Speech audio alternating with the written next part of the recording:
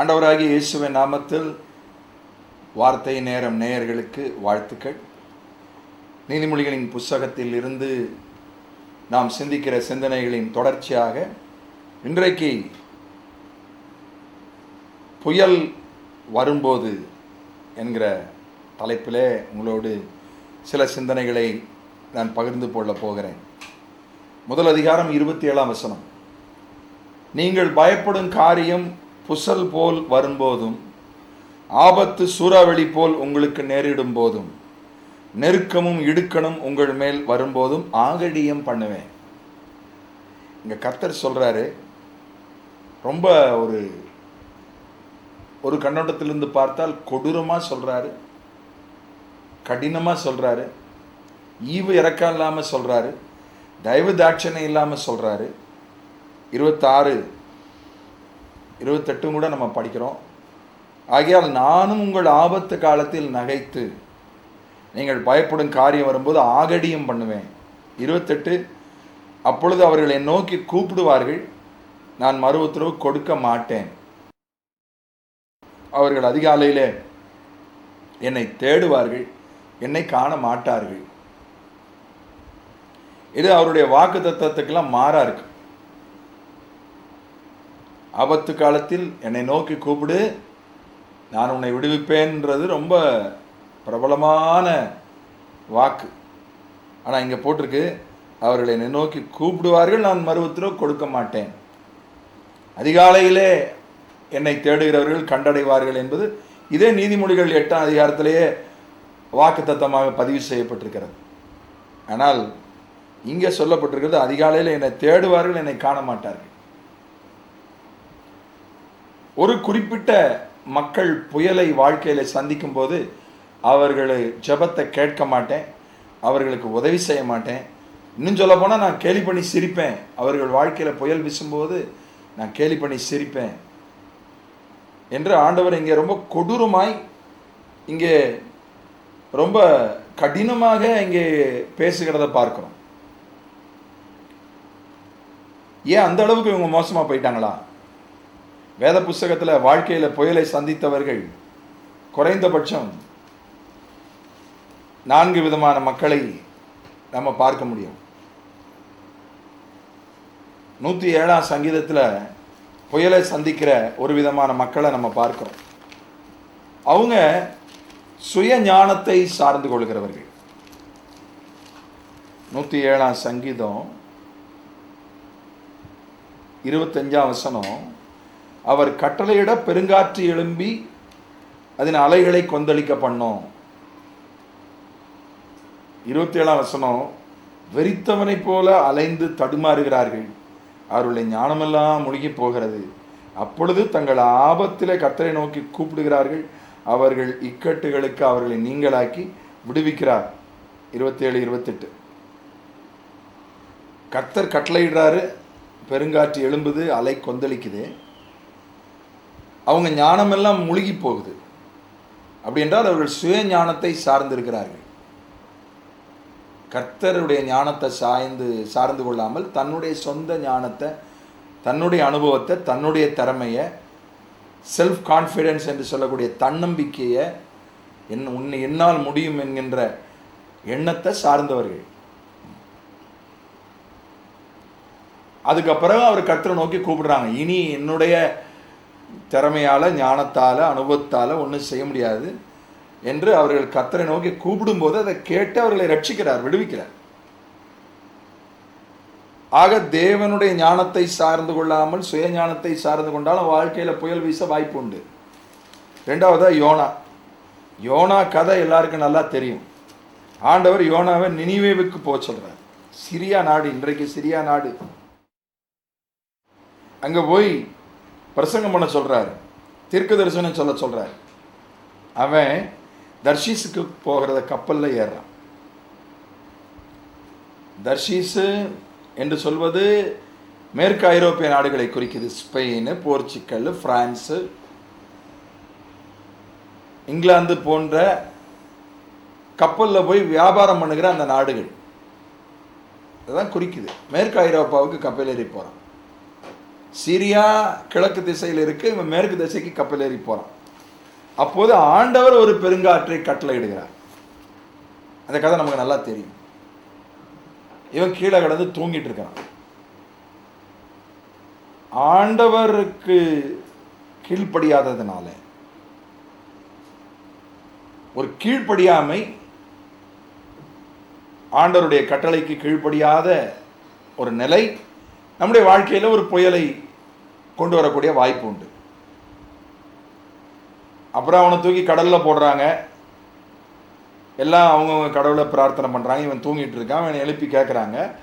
இவன் ரொம்ப அதை யோனாவை நான் பாராட்டுறேன். உண்மையே ஒத்துக்கிறான்.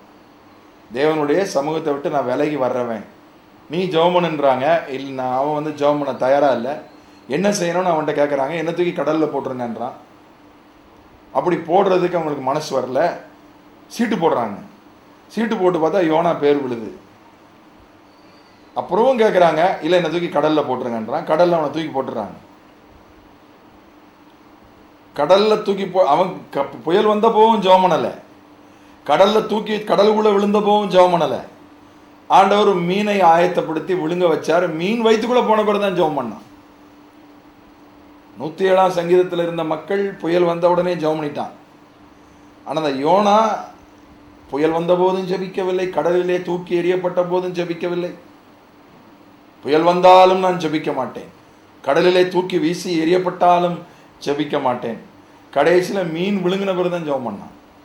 அந்த ஜெபத்தையும் கேட்டு அவனை ஆண்டவர் விடுவித்து, மறுபடியும் மீன் வந்து அவனை கக்கியது. மறுபடியும் நினிவேவுக்கு போன அவனுக்கு 2வது வாய்ப்பு கொடுத்து அவன் கீழ்ப்படினான். யோனாவினுடைய ஜபத்தையும் கேட்டார். அப்போ யோனாவோட மோசமான கூட்டம் தான் இந்த நீதிமொழிகள் 1 சொல்லப்பட்டிருக்கிற கூட்டம். 3வதாக இன்னொரு கூட்டத்தை நம்ம பார்க்கிறோம். அவர்கள் சரியான திசையில் தான் போகிறாங்க, சரியான பாதையில் தான் போகிறாங்க, ஆனால் தவறான நேரத்தில் போகிறாங்க. அப்போஸ்தலர் 27ஆம் அதிகாரத்தில் நம்ம பார்க்கிறோம். பவுல் விசாரணை கைதியாய் கொண்டு செல்லப்படுகிறான் ரோமுக்கு. ஒரு கப்பலிலே அவனை விசாரணை கைதியாய் ரோமாபுரிக்கு கொண்டு செல்கிறார்கள். ரோம பேரரசன் முன்னால அவன் அப்பீல் பண்ணியிருக்கான். சுப்ரீம் கோர்ட்டு மாதிரி. நம்ம இந்தியாவையில் இங்கிலாந்து ஆண்ட போது சுப்ரீம் கோர்ட்டு எங்கே இருந்துச்சுன்னா லண்டனில் இருந்துச்சு. அதை ப்ரீவியூ கவுன்சில் என்று சொல்வார்கள். இங்கே சென்னை நீதிமன்றத்தில் தீர்ப்பாகி அதை அப்பீல் பண்ணி, டெல்லியில் இருக்கக்கூடிய நீதிமன்றத்தில் அப்பீல் பண்ணி அது தீர்ப்பாகி அதை இன்னும் அப்பீல் பண்ணணும்னா லண்டனில் பண்ணலாம். Preview council. அந்த நாட்களில் NS கிருஷ்ணன், தியாகராஜ பகவதர் போன்றவர்களெல்லாம் கொலை வழக்கில் கைது செய்யப்பட்ட போது, லட்சுமிகாந்தன் கொலை வழக்கில் கைது செய்யப்பட்ட போது லண்டன் ப்ரீவியூ கவுன்சிலுக்கு போய் தான் அவர்கள் விடுதலை பெற்றார்கள். போல் பவுலும் என்ன சொல்லிட்டான், நான் ராயனுக்கு அபயம் விடுறேன்னு சொல்லிட்டான். அதனால் அவனை ரோமாபுரிக்கு விசாரணை கைதியாக கொண்டு போகிறாங்க. இராணுவ அதிகாரியினுடைய கட்டுப்பாட்டில் தான் பவுல் இருக்கிறான். கப்பல் முதலாளி வேற ஒருத்தன், கப்பல் கேப்டன் ஒருத்தன் அங்கே வேலை செய்கிறான். பவுலுக்கு கர்த்தர் ஒரு வெளிப்பாடு கொடுக்குறாரு. கர்த்தர் தான் கொண்டு போகிறார் ரோமாபுரிக்கு. பவுல்கிட்ட சொல்கிறார், நீ ராயனுக்கு முன்பதாக நிற்க வேண்டும், ரோம ராஜாவுக்கு முன்பதாக நிற்க வேண்டும். கர்த்தர் தான் கொண்டு போகிறாரு. போகிற திசை சரி, போகிற பாதை சரி. யோனா மாதிரி கிடையாது. இந்த கப்பலில் யோனாவின் கப்பலை போல தவறான திசையில் பாதையில் போகலை, ஆனால் தவறான நேரத்தில் போச்சு. பவுல் சொன்னால் இப்போ புறப்பட வேண்டாம், இப்போ புறப்பட்டா கப்பலுக்கு மட்டுமல்ல உயிருக்கு சேதம் வரலாம் என்று சொன்னால். ஆனால் யாரும் அதை நம்பலை. அங்கே நிபுணர்கள் இருந்தாங்க. கப்பல் கேப்டன் சொன்னால் இல்லை அதெல்லாம் ஒன்றும் இல்லை, இப்போ போகிறதுல ஒன்றும் பிரச்சனை இல்லை. கப்பல் முதலாளி கோடிக்கணக்கான ரூபாய் போட்டு கப்பலை வாங்கியிருக்கிறவங்க சொன்னால் இல்லை, இப்போ போகிறதுல ஒன்றும் பிரச்சனை இல்லை. மெஜாரிட்டி ஒப்பீனியன், பெரும்பாலானோர் சொன்னாங்க இல்லை இப்போ போகலாம், ஒன்றும் பிரச்சனை இல்லை. அதனால் இராணுவ அதிகாரி சொன்னால் சரி போகலாம் என்று உத்தரவு கொடுத்துட்டான். முதல்ல போகிறாங்க. முதல்ல தென்றல் அடிக்குது, அப்புறம் புயல் அடிக்குது. 14 நாள் சாப்பிடலை. 14 பெரிய மழை. எல்லா தளவாட சாமானையும் தூக்கி கடலில் போட்டாச்சு. ஆனால் கர்த்தரை நோக்கி பவுல் தான் கூப்பிட்டான். யாரும் கூப்பிடலை, பவுல் கூப்பிடுறான். யாரும் கூப்பிடலை. மற்ற 300 பேர் சுமார் அந்த கப்பலில் இருக்காங்க. ஒருத்தர் கூட கூப்பிடலை. கூப்பிட்டதாக வேதத்தில் இல்லை. பவுல் தான் ஜெபம் பண்ணுறான். கர்த்தர் பவுலுடைய ஜெபத்தை கேட்டு பவுலை மட்டும் காக்கவில்லை, அந்த சுமார் 300 பேருடைய உயிரையும் காப்பாற்றுறாரு. ஆனால் கப்பல் உடைஞ்சு போகுது. அந்த சம்பவத்தை வாசிக்கிறோம். சரியான திசையில் போன கப்பல், சரியான பாதையில் போன கப்பல், ஆனால் தவறான நேரத்தில் போனதுனால புயல் வந்துச்சு. அப்போதும் கர்த்தர் ஜெபத்தை கேட்டு அவர்களுக்கு உதவி பண்ணார், காப்பாற்றினார். இன்னொரு படகுல புயல் வீசிச்சு. அது இயேசு கிறிஸ்து சீடர்களும் போன ஒரு படகு. இயேசு கிறிஸ்து தான் அக்கறைக்கு போவோன்னு சொன்னார். இயேசுவே அந்த படகுல இருந்தார். அதனால் சரியான திசையில் தான் அந்த படகு போச்சு, சரியான நேரத்தில் தான் அந்த படகு போச்சு. ஆனால் காரணம் இல்லாமல் புயல் வீசிச்சு. காரணம் இல்லாமலும் புயல் வீசும். யோபை குறித்து வேதம் சொல்லுகிறது, சாத்தான்கிட்ட கர்த்தர் சொல்றாரு, சாத்தானே நீ முகாந்திரம் இல்லாமல் யோபுவை நிர்மூலம்படி பண்ணும்படி என்னை ஏவின போதிலும் யோபு தன் உத்தமத்தில் உறுதியாக நிற்கிறத பார்த்தாயா? முகாந்திரம் இல்லாம அவன் பயந்த காரியம் அவனுக்கு நேரிட்டது, அவன் பயந்ததுனால தான் அப்படி வந்துச்சுன்னு சிலர் சொல்றாங்க. யோபு ஒரு இடத்துல சொல்றான், என்னுடைய வாலிப பாவங்களை நினையாதருன்னு சொல்றான். வாலிப வயசுல யோபு பாவம் பண்ணியிருந்தான், அதனால தான் இப்படிலாம் நடந்துச்சுன்னு சிலர் சொல்றாங்க. ஆனால் கர்த்தர் என்ன சொன்னார்? முகாந்திரம் இல்லாமல், வித்தவுட் எனி ரீசன், முகாந்திரம் இல்லாமல் நீ அவனை இப்படி சோதிக்கும்படி என்னை தூண்டி விட்டாயே சாத்தானே, சோதனையை அனுமதிப்பதற்கு என்னை தூண்டி விட்டாயேன்னு சாத்தான்கிட்ட கர்த்தர் சொல்கிறார். காரணமே இல்லாமல் யோவனுடைய வாழ்க்கையில் புயல் வீசினது மாதிரி தான் இயேசுவும் சீடர்களும் போன படகுல காரணமே இல்லாமல் புயல் வீசிச்சு. அது இந்த புயல். அப்பொழுதும் யோபு ஜெபித்தான், சீடர்கள் ஆண்டவரை நோக்கி கூப்பிட்டார்கள், கர்த்தர் உதவி செஞ்சார், காப்பாற்றினார். தவறான பாதையில் போனாலும் புயல் வீசுது, தவறான நேரத்தில் போனாலும் புயல் வீசுது, காரணமே இல்லாமலும் புயல் வீச முடியும். சுய ஞானத்தை சார்ந்து தேவ ஞானத்தை சாராமல் இருந்தாலும் புயல் வீசுது. இந்த 4 விதமான கூட்டத்தினுடைய ஜபத்தையும் கேட்டு கர்த்தர் அவர்களை காப்பாற்றுறாரு. ஆனால் இங்கே நீதிமொழிகள் 1ஆம் அதிகாரத்தில் ஒரு கூட்டம், இந்த கூட்டம் புயல் வீசுது, சூறாவளி வீசுது, ஆபத்தில் சிக்கியிருக்காங்க, அதிகாலையில் கர்த்தரை நோக்கி கூப்பிடுறாங்க, தேடுறாங்க. கர்த்தர் ஜெபத்தை கேட்க மறுக்கிறாரு. அவங்க படுற கஷ்டத்தை பாட்டு கேலி பண்ணி சிரிக்கிறார். ஒரு கொடூரமானவராக, ஈவிரக்கம் இல்லாதவராக, தயவுதாட்சியம் இல்லாதவராக இங்கே காட்சி அளிக்கிறத பார்க்கிறோம். அப்படி என்ன இவர்கள் தப்பு செஞ்சிட்டாங்க?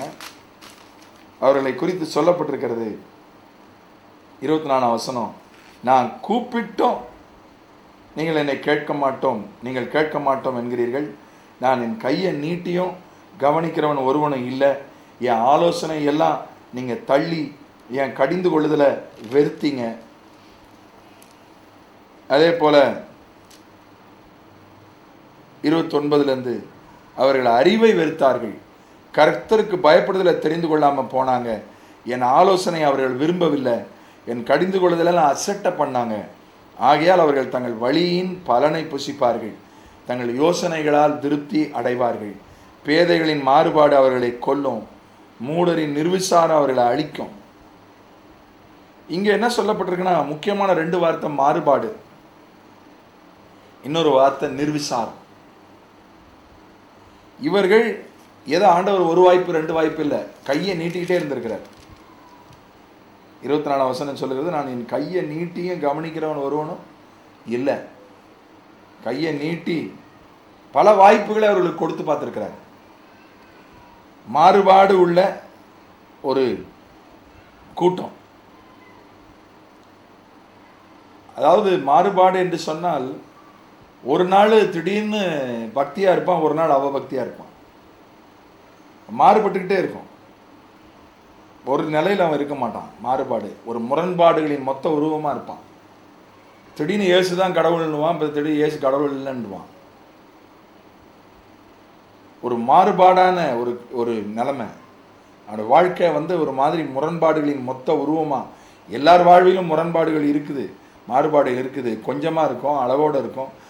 இது அளவுக்கு அதிகமாக மாறுபாடுகள். சொல் ஒன்று செயல் ஒன்று, எல்லாருக்கும் இருக்குது. அது ஒரு குறிப்பிட்ட சதவீதம் இருக்கும். இது சம்பந்தமே இருக்காது சொல்லுக்கும் செயலுக்கும்.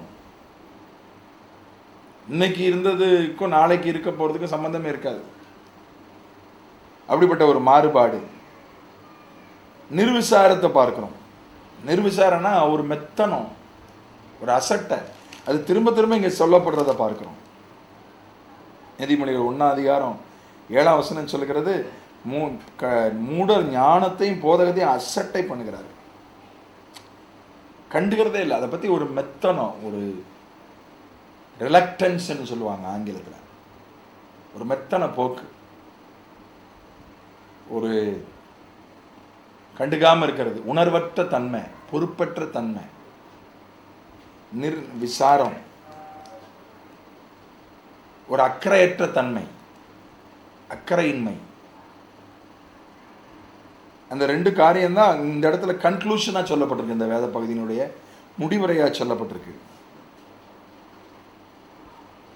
அதனால் சில விஷயங்களுக்கு விசாரணைனாலே கவலைன்னு தான் அர்த்தம். ஆண்டவர் கவலைப்படாதன்னு எதுக்காக கவலைப்படாதன்னு சொன்னார்னா, உலக காரியங்களுக்காக கவலைப்படாதன்னு சொன்னார். ஆனால் ஆவிக்குரிய காரியங்களுக்காக நம்ம கவலைப்பட்டு தான் ஆகணும். என்ன, எப்போது பார்த்தாலும் மனைவியை பற்றி, கணவனை பற்றி, பிள்ளைகளை பற்றியே கவலைப்படுறா ஒரு குடும்ப தலைவி. ஒரு ஆண் எப்போ பார்த்தாலும் தன்னுடைய தொழில், வேலை, தன்னுடைய ஊழியம், இதை பற்றியே தான் கவலைப்படுறான். அதான் ஆண்டவர் கவலைப்படாதீங்க, நாளைக்காக கவலைப்படாதீங்க, உலக காரியங்களுக்காக, சரீர காரியங்களுக்காக கவலைப்படாதீங்கன்னாரு. வேத புஸ்தகம் 2 விதமான துக்கங்களை குறித்து சொல்கிறது. ஒன்று லௌகீக துக்கம், இன்னொன்று தேவனுக்கு ஏற்ற துக்கம். லௌகீக துக்கம்னா உலக பிரகாரமான கவலை, தேவனுக்கு ஏற்ற துக்கம்னா ஆவிக்குரிய துக்கம். இந்த ஆவிக்குரிய துக்கம் நிச்சயமா நமக்கு தேவை. நான் சிலர் பாருங்க, உலகத்துக்காகவும் கவலைப்பட மாட்டான், ஆவிக்குரிய காரியத்துக்காகவும் கவலைப்பட மாட்டான். அப்படிப்பட்டவங்களாம் இருக்கான். அவன் சரீரத்துக்கும் கவலைப்பட மாட்டான், உலகத்துக்கும் கவலைப்பட மாட்டான், ஆவிக்குரிய காரியங்களுக்காக கவலைப்பட மாட்டான். சிலவன் வெறும் உலக காரியங்கள், சரீர காரியங்களுக்காக அப்படி கவலைப்படுறவன் தான் இருக்கான். இப்போ பார்த்தாலும் உலக காரியங்கள், சரீர காரியங்கள். நான் சுமார் 30 வருஷமா ஜனங்களுக்காக ஜெபம் பண்ணுறேன். 78ஆம் வருஷத்துலேருந்து ஜனங்கள் என்னை தங்களுக்காக ஜெபிக்கும்படி என்னை கேட்டுக்கொள்கிறாங்க. அவர்களுக்காக ஜெபிக்கிறேன். பெரும்பாலும் 99.9% எதுக்காக ஜெபம் பண்ண சொல்கிறாங்க தெரியுமா? வியாதி, பண கஷ்டம், பிசாசின் தொல்லை, திருமணம், குழந்தை பாக்கியம், வேலை வாய்ப்பு, கடன் தொல்லை, வீட்டு வசதி, தொழில், இந்த மாதிரி காரியங்களுக்காக தான், வழக்கு, இவைகளுக்காக தான் ஜெபிக்க சொல்கிறாங்க. ரட்சிப்புக்காக ஜெபிக்க சொல்கிறவங்க மிக அபூர்வம். தன்னுடைய பரிசுத்தத்துக்காக ஜெபம் பண்ண சொல்கிறவங்க மிக அபூர்வம்.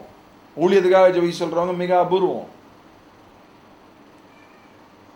ஏன்னா மனிதனே அதிகமாக இந்த உலக பிரகாரமான காரியங்களுக்காக தான் துக்கப்படுறதை நம்ம பார்க்கிறோம். அதை குறித்து தான் 2 கொரிந்தியர் 7 பவுல் எழுதுறதை நம்ம பார்க்கிறோம். இந்த நிர்விசாரம், ஆவிக்குரிய நிர்விசாரம், ஆவிக்குரிய அக்கறையின்மை, இல்லை ஆவிக்குரிய துக்கம் இல்லாமல் இருப்பது. எழுதுறான் 10 2 கொரிந்தியர் 7:10, தேவனுக்கேற்ற துக்கம் பின்பு மனசாவப்படுவதற்கு இடமில்லாமல் ரட்சிப்புக்கு எதிரான மனம் திரும்புதலை உண்டாக்குகிறது. லௌகிக துக்கமோ மரணத்தை உண்டாக்குகிறது. லௌகிக துக்கம் மரணத்தை உண்டாக்குது, உலக பிரகாரமான கவலை. தேவனுக்கேற்ற கவலை மனம் திரும்புதலை உண்டாக்குது. மனம் திரும்புதல் ரட்சிப்பை உண்டாக்குது.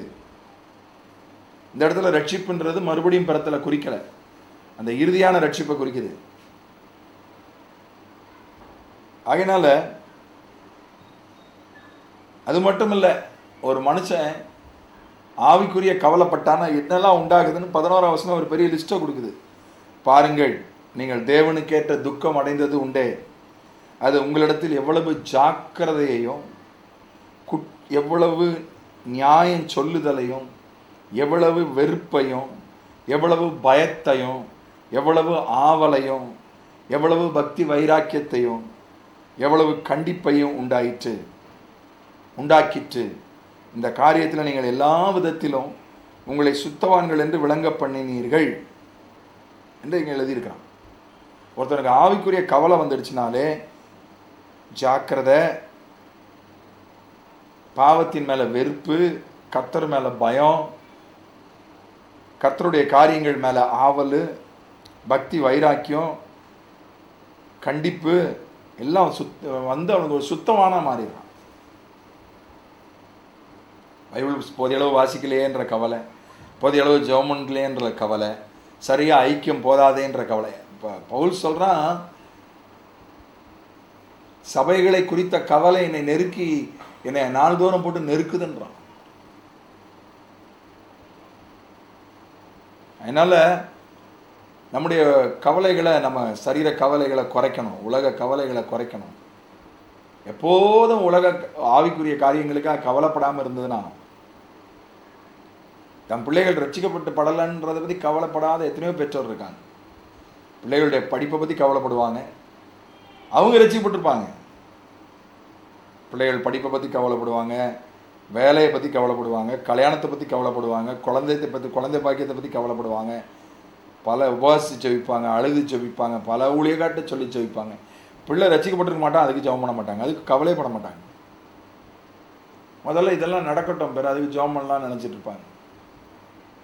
இதான் நிர்விசாரம், ஆவிக்குரிய நிர்விசாரம்.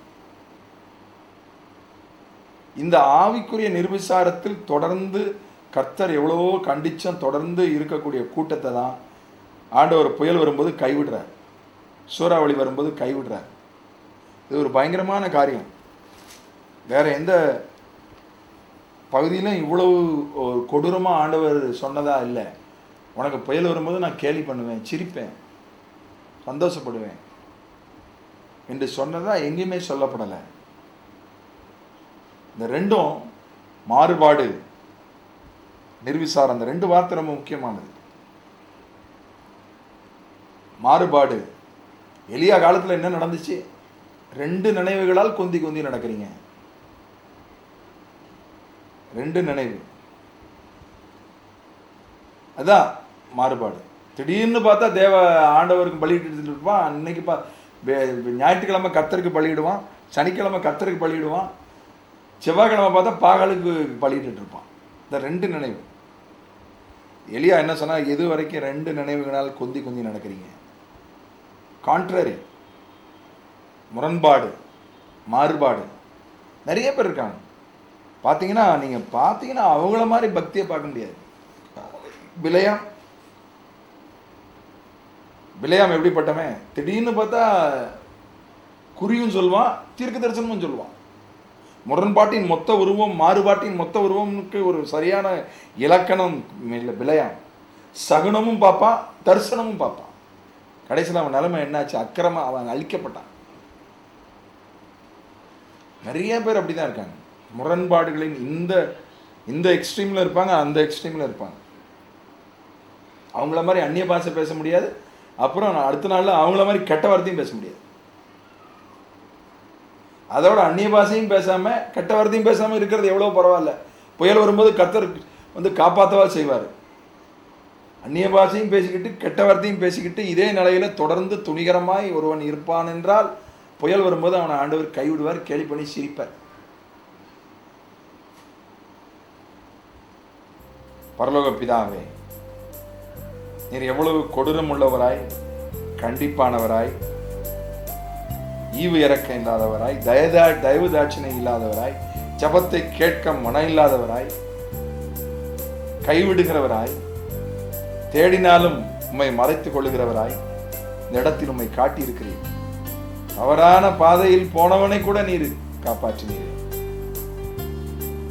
சுயஞானத்தை சார்ந்தவனை கூட காப்பாற்றினீர். ஆனால் அந்த மாறுபாடு, நிர்விசாரம் எங்களுக்குள்ளே வந்து விடாதபடி எங்களை காப்பாற்ற நாங்கள் கெஞ்சி நிற்கிறோம். ஐயா, எங்களுக்கு இந்த ஆவிக்குரிய கவலை, இந்த நிர்விசாரம் உண்டாகட்டும், ஒரே மனம் உண்டாகட்டும். இயேசுவின் மூலமே கெஞ்சி நிற்கிறோம் பிதாவே.